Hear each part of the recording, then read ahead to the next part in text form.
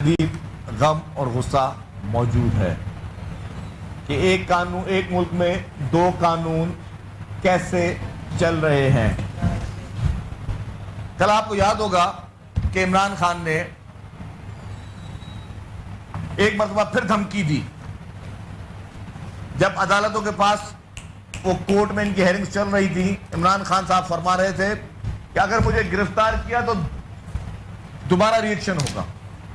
वो शख्स जो कहता था कि मैं तो जेल में था, मुझे पता नहीं है, मैं तो कैद में था, मुझे पता नहीं पीछे क्या हुआ, जब वो बाहर निकला उसको पता चल गया। लेकिन कल उसने फिर दोबारा धमकी लगाई कि अगर मुझे गिरफ्तार किया गया तो मैं यही करूंगा, अगर मुझे गिरफ्तार किया गया तो फिर रिएक्शन आएगा। ये ओपन धमकी थी। ये धमकी किसको थी? ये धमकी 22 करोड़ अवाम को थी कि अगर मैं गिरफ्तार हुआ तो दोबारा ट्रेनें जलेंगी, बसेस जलेंगी, लोग स्कूल में नहीं जा सकेंगे, लोग इम्तिहान नहीं दे सकेंगे,